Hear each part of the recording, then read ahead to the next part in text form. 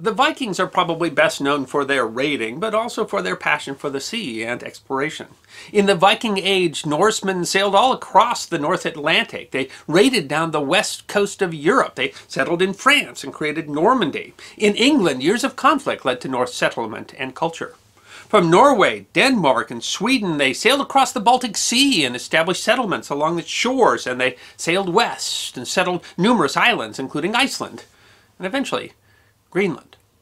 You've probably heard of Erik the Red. He's probably one of history's most famous Vikings, and in many ways he lived the life of a normal Viking, except he established a reputation for himself and his family that is so powerful that people still recognize his name more than 1,000 years after his time. He established the first permanent settlements in Greenland and, indirectly, the first recorded landing by Europeans on American shores. It is history that deserves to be remembered. Erik Thorvaldsson, later to get the nickname the Red, was born around 950 AD to Thorvald Avaldsson in Norway. When he was about 10 years old, his father was banished from Norway, apparently because he'd killed another Norseman. Fortunately for a 10th century Norseman, there were other lands filled with Norsemen where he could migrate, and he chose to take his family to Iceland, which had been settled by the Norse beginning around 874. Much of the best land had already been settled, but Thorvald was able to find a suitable place to build his home on the island's northernmost peninsula, Hornstrandir, which lies very near the Arctic Circle.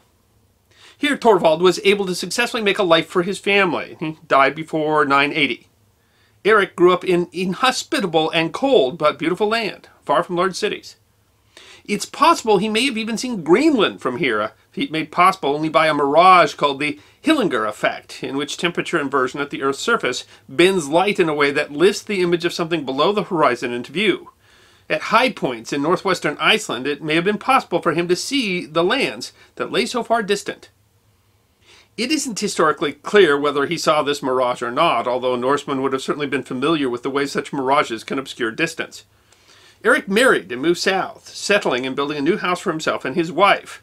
The land he settled may have belonged to his wife's family. It was here that his son, who would rival Erik for historical fame, was born. Archaeologists have excavated what they believe to be the site of Erik's house, where a reconstructed longhouse and an open-air museum now stand. Much of what we know about Erik and his family comes from two Norse sagas that were written some 200 years after the events were supposed to have occurred.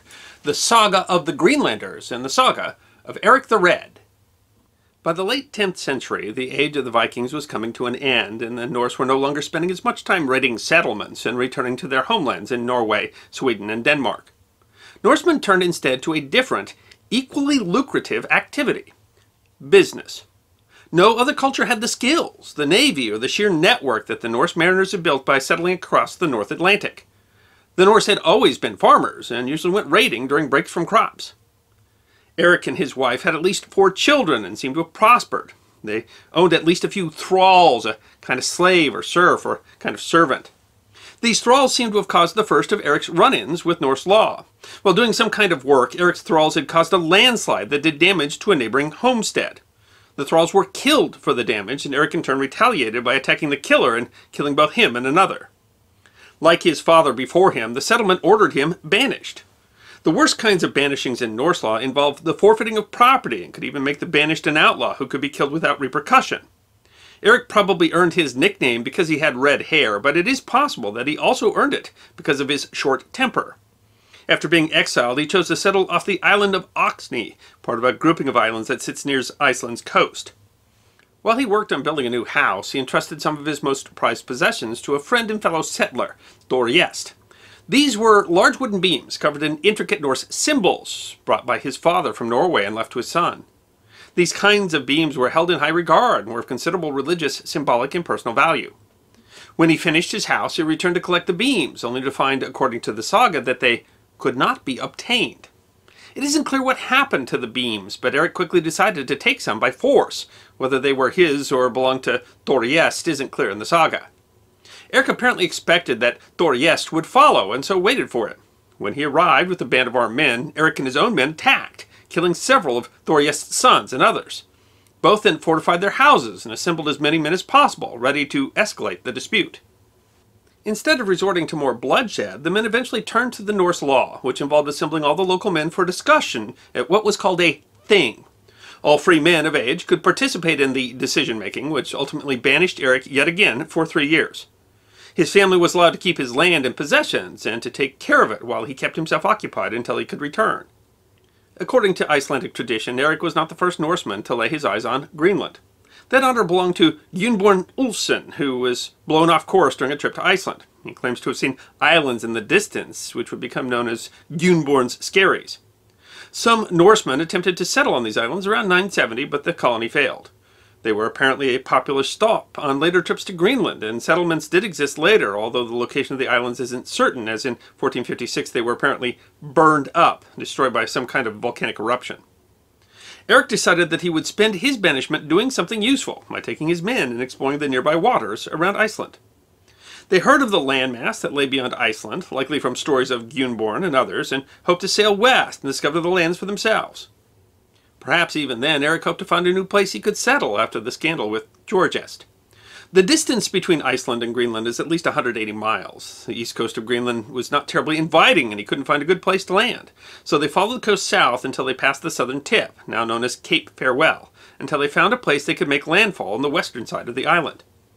When he arrived, he found the island deserted. While there were likely ruins and remains of much earlier pre-Inuit people who had lived in the area nearly 2,000 years before. At the time, the only people living on the island seemed to have been far to the north. Erik and his men spent their first winter on the island that he named Erik's Island. In the spring they began exploring, sailing in a nearby fjord, which he named Erik's Fjord. What they found was rich, arable land and fields where they could graze their livestock. Over the next 3 years he traveled along the coast, exploring the newfound land, finding plenty of good coastline where Norse could settle, and, well, little else. He may have traveled thousands of miles by boat in this time, coming across many of the things that made Greenland a good site for a colony, especially walrus for their tusk and animals like the Arctic fox and polar bear with valuable pelts. Erik named a lot of locations on his first trip, often after himself.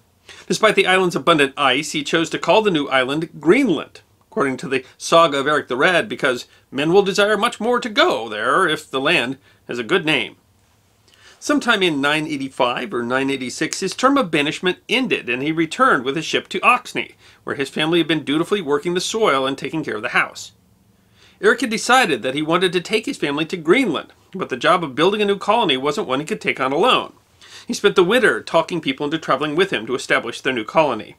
It isn't certain who else went with him, but ultimately he seemed to convince some 300 people that Greenland was going to be a winning bet. The sagas implied that those Vikings living on poor land in Iceland were the families that chose to follow him, as well as those who had suffered from a recent famine. The first recorded famine in Iceland was in 976. The following summer, the fleet set off with at least 25 ships, of which only 14 eventually reached Erik's Fjord. Erik, who seems to have struggled to fit in with society in Iceland, turned out to be a good leader for the colony. They successfully established 2 colonies in Greenland, the first called the Eastern Settlement, which was the largest and where Erik made his home, and the smaller Western Settlement, which sat close to the modern-day capital of Greenland, Nuuk. Both settlements were not set along the coast, but miles inland, where they had some protection from the wind and sea. One issue the settlers ran into was Greenland's lack of trees. For the Norse, trees were a vital supply, both for building their low longhouse homes and for building ships. In Greenland, they built with stone. The eastern settlement sat at the end of Erik's Fjord, and he built himself a house there that he called Steep Slope. He became the paramount chief of the eastern settlement, and seems to have finally found his place in the world. If he killed any other Norsemen, it isn't reported. The settlement survived by trading the rare and valuable goods like ivory and polar bear pelts back to Europe, where they could in turn retrieve boats, timber, and other necessary supplies. They farmed and raised livestock, traded back to Iceland and Norway.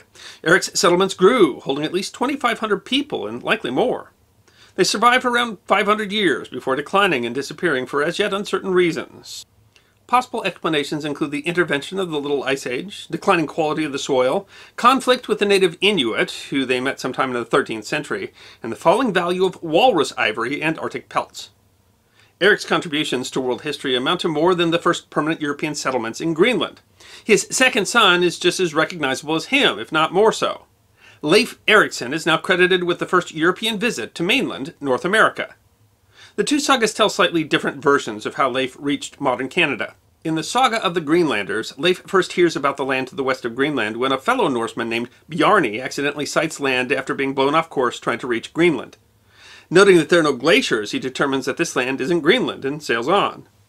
According to the saga, Leif asks his father to lead an expedition to the new land, but Erik's horse stumbles on the way to the ship and Erik injures his foot. "It is not ordained that I should discover more countries than that which we now inhabit," his father says, and sends his son out alone. Leif comes to be known as Leif the Fortunate, or Leif the Lucky. He set out to follow Bjarni's journey in reverse, visiting in turn Heluland, Markland, and finally Vinland. The various locations have never been certainly identified, although Heluland, meaning stone slab land, may refer to Baffin Island. Leif spends some time in Vinland, so named because of the discovery of grapes. Some have identified L'An au Meadow, the only certain site of Norse in North America, as the place of his landing, although he may have misidentified some kind of berries as grapes, which mostly grow further south. The Greenlanders saga then relates several more trips to Vinland by Leif's brothers of varying success. In the saga of Erik the Red, it is Leif who discovers the new continent, returning to Greenland after spending some time with Norwegian King Olaf I, who charged Leif with spreading Christianity to Greenland. Blown off course, he spends the winter in Vinland before returning home. Another group, led by other Greenlanders and Leif's brothers and sister, then traveled to Vinland, where they are eventually chased out by the locals, who they call Skraeling. The sagas that tell these histories are written versions of oral history that were only written down hundreds of years after the events that they describe, but archaeology and further study suggest that much of it is true, at least the part about settlements in Greenland and Norse landings in Vinland. And it's possible that there were many other settlements and many other Norsemen in North America whose sagas didn't get written down and are now lost to history. But what is clear is that Erik's settlements in Greenland represented the western end of a trade route that went all the way from the Arctic Circle to Europe, a connection between pre-Inuit peoples and the castles of medieval Europe. And it's perhaps fitting that it occurred in true Viking fashion because of two things: boats and people who couldn't control their temper. Because, of course, if Erik hadn't killed other Norsemen, then perhaps Leif never would have come to North America. I hope you enjoyed this episode of The History Guy, short snippets of forgotten history between 10 and 15 minutes long. And if you did enjoy, please go ahead and click that thumbs up button.